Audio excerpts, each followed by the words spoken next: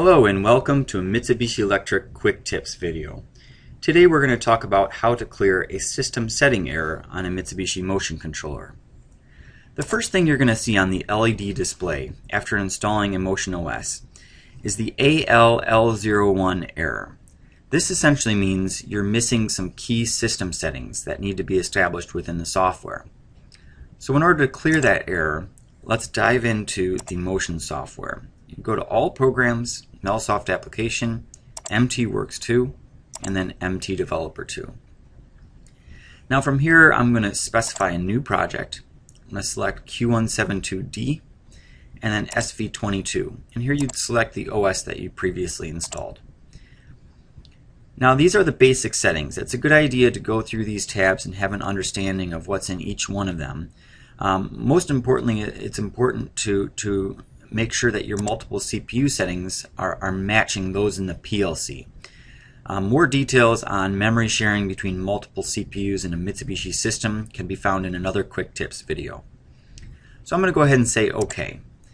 Now I'm immediately brought to the system structure. So we're dealing with a system setting error. So it's a very good idea to analyze the system structure and make sure that's correct. So if I double click on the servo network, first thing I want to do is establish at least one servo. You can follow through the rest of the steps for however many servos you have, but once you establish the servo, you're going to want to go into the servo data setting. Now from the servo data setting, you're going to want to take a look at the servo data. So if I double click on this area, you can see where I would set all of my various unit settings, pulses per revolution, my travel per revolution. Keep in mind that pulses per revolution and travel per revolution relate to the load that's moving. For example, if you're on a ball screw and you specify inches here. The travel per revolution is for one revolution of the motor, how far does your workpiece or how far does your actual ball screw move. This is after the gear. So that's just one thing to keep in mind. So I'm going to leave it on pulses just for now, just to clear this error. And I'm going to go down and I'm going to specify that I want instead of a proximity dog type, I'm going to specify that I want a data set type. This is going to allow me to do homing without actually using the physical switches on the amplifier. So once you do that, it's a good idea to then go up to this little icon and do a relative check to make sure that you don't have any errors. You'll see down at the bottom, relative check end, error 0, warning 0. Okay, now the next thing you're going to want to do is write to your controller. So I go to write to CPU, and I'm going to get a screen that then allows me to write.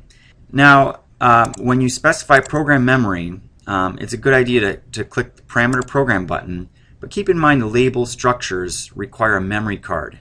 So uncheck that. And then make sure you uncheck a bunch of this data that you're not downloading. Otherwise, you'll get write messages and it gets confusing. So uncheck CAM data, uncheck mechanical system data, servo program. All you're concerned about right now are the system settings, the system set to clear the system setting error. So we're just going to write that. So I'm going to go ahead and execute. You're going to get a bunch of messages that come up that give you kind of some guidelines as far as what the controller, what the OS supports for communication. I'm going to say OK, and then it's going to write. Once you've written, it's important then to reset the PLC by holding the run stop switch all the way over to the left. And then once it's reset, bring it back to run and you'll be back online.